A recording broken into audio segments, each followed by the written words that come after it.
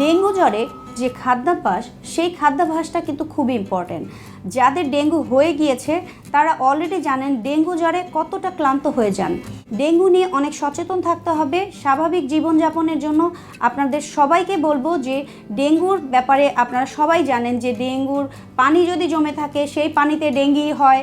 আপনি যদি ময়লা আবর্জনা থাকে ঘরের চারপাশে তাহলে কিন্তু মশা আসতে পারে, এবং সন্ধ্যার পরে জানালাগুলো আটকে রাখবেন যাতে আপনি কোনোভাবেই ডেঙ্গুর মশা দ্বারা আক্রান্ত না হন। এবার আসেন, ডেঙ্গু জ্বর যদি হয়ে যায় তাহলে আপনার হোম রেমেডি কী হবে, কী ধরনের খাবার আপনি খাদ্য তালিকায় রাখবেন। খেয়াল রাখতে হবে প্রত্যেকটি জ্বরে আপনার ওজনের 7 কিলো ক্যালোরি করে কিন্তু আপনার কিলো ক্যালোরি প্রত্যেকটা মানুষের জন্য বেড়ে যায় জ্বর হলে। যতটা খাবার খাচ্ছিলেন তার সাথে ক্যালোরি বাড়িয়ে দিতে হবে। আপনি তো এমনি খেতে পারছেন না, তাহলে খাবার কিভাবে খাবেন? জ্বরে মুখের রুচিটা কমে যায়। সেক্ষেত্রে আপনাকে বলবো বারে বারে খাবার খেতে হবে, লিকুইড জাতীয় খাবারগুলো খেতে হবে, ফ্লুইডের পরিমাণ বাড়িয়ে দিতে হবে। বিকজ যদি আপনি ডিহাইড্রেটেড হয়ে যান, জ্বরে যদি আপনি খাবার না খেতে পারেন তাহলে আপনার রোগ প্রতিরোধ ক্ষমতা আরও ধীরে ধীরে কমে যাবে এবং আপনি দ্রুত সুস্থ হওয়ার পরিবর্তে অসুস্থর পরিমাণ আরও বেড়ে যাবে। এক্ষেত্রে প্রোটিনের রিকোয়ারমেন্ট অনেক বেশি থাকে। যাদের ডেঙ্গু আছে বা ডেঙ্গু হয়েছে তাদের ক্ষেত্রে ভিটামিন সি রিকোয়ারমেন্টটাও বেড়ে যায়। যদি মেইন মিল খেতে না পারেন তাহলে ছোট ছোট করে 2 থেকে 2.5 ঘন্টার গ্যাপে একটু লিকুইড ফর্মেট খাবারগুলো রাখেন, যাতে করে আপনার যেই অপর্যাপ্ত ক্যালোরিগুলো আছে সেগুলো ফিল আপ হয়ে যায়। আপনি প্রত্যেকদিন আপনার খাদ্য তালিকায় চিকেন স্যুপ রাখবেন, তার ভিতরে অবশ্যই যেন গার্লিক ক্লোভস থাকে অথবা আপনি জিঞ্জার যেন থাকে সেটি অবশ্যই দেখতে হবে। তাছাড়া আপনি খেতে পারেন পমিগ্রেনেট জুস, অরেঞ্জ জুস, মাল্টা জুস। এইগুলো আপনার খাবারের তালিকায় রাখলে তার ভিতরে আপনার প্লাটিলেট কাউন্ট যদি কমও থাকে ইনক্রিজ হয়ে যাবে। এছাড়া আপনি প্রত্যেকদিন আবার আপনার খাদ্য তালিকায় ইলেকট্রোলাইটস ব্যালেন্স রাখার জন্য কোকোনাট ওয়াটার বা ডাবের পানি রাখতে পারেন। ডাবের পানি খেলে আপনি যদি দুর্বলতাও অনুভব করেন তাহলে সেই ডাবের পানিতে electrolyte sodium and potassium both কিন্তু রেস থাকে ডাবের পানিতে, আপনি শারীরিকভাবে বেটার ফিল করবেন।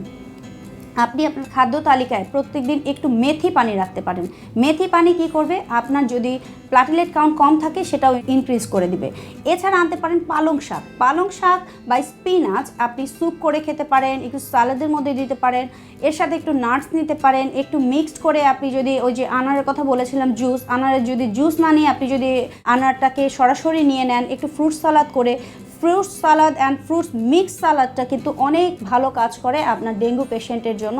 এতে মুখের রুচিটা ব্যাক করে, এর ভিতরে ভিটামিন এ থাকে, আয়রন থাকে, আপনার ভিটামিন সি থাকে। সবশেষে খাবারের মধ্যে আপনি অবশ্যই লেবু এবং আমলকিটা যোগ করবেন, কেননা ভিটামিন সি যদি আপনার কম থাকে তাহলে রোগ প্রতিরোধ ক্ষমতা তো কমে যাবেই, প্লাটিলেট কাউন্টও বাড়ার সুযোগ কম থাকে। এছাড়া আপনি যা খেতে পারেন সেটা হলো ভিটামিন বি কমপ্লেক্সযুক্ত খাবার। ভিটামিন বি কমপ্লেক্সযুক্ত খাবারের জন্য আপনি ভাতটাকে একটু রেড করে নিতে পারেন, মানে লাল চালের আটা বা লাল চালের যদি ভাত এগুলো যদি খাবারে নিয়ে আসতে পারেন তাহলে ভিটামিন বি কমপ্লেক্সের অভাবে কিন্তু আপনার দুর্বলতা ফিল হয়। দুর্বলতা ভিটামিন বি কমপ্লেক্স দূর করে দিবে। ডেঙ্গু পেশেন্টের জন্য এটি খুব ভালো কাজ করবে আশা করা যায়।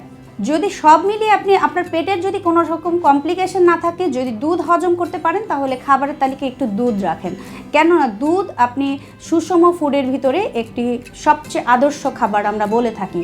দুধের ভিতরে একটু টার্মারিক যদি ইনক্লুড করে রাখেন, হলুদ, তাহলে আপনার দুর্বলতার সাথে সাথে আপনার প্লাটিলেট কাউন্টটাও বেড়ে যাবে এবং আপনি সুস্থ অনুভব করবেন আশা করি।